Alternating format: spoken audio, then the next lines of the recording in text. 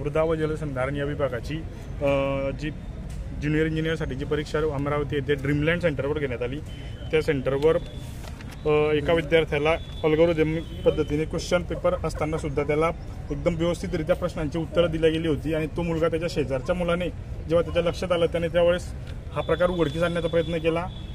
हे उत्तर जे पुरवण्याचा जो अधिकारी प्रयत्न करत होता त्या अधिकाऱ्याला आणि त्या विद्यार्थ्याला या दोघांना त्यांनी एक्सपोज केलं आणि त्यानंतर पोलिसांमध्ये सुद्धा त्यांनी तक्रार केली, पण यावर आतापर्यंतही कोणत्याही प्रकारची दखल शासनाने किंवा प्रशासनाने आतापर्यंत घेतलेली नाही। तर आमची विद्यार्थ्यांची अशी मागणी आहे की याच सेंटरवर हाच प्रकार घडला असेल याची शाश्वती नसताना इतर सेंटरवर सुद्धा हा प्रकार घडला असेल याची शक्यता नाकारता येत नाही, म्हणून शासनाने इतरही सेंटरची चौकशी करून ही परीक्षा परत पुन्हा घेण्यात यावी अशी आमची सगळ्यांची शासनाला विनंती आहे। नेमकं मागण्या काय तुमच्या?